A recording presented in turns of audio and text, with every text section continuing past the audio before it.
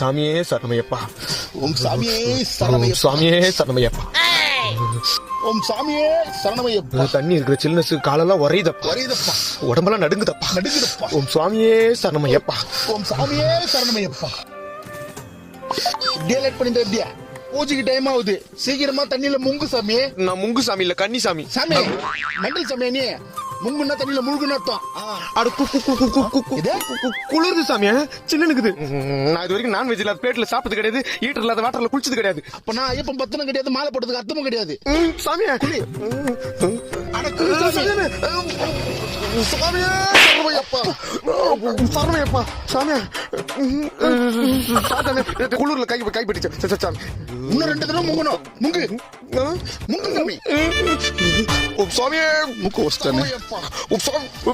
சாமியே சரணமையப்பா.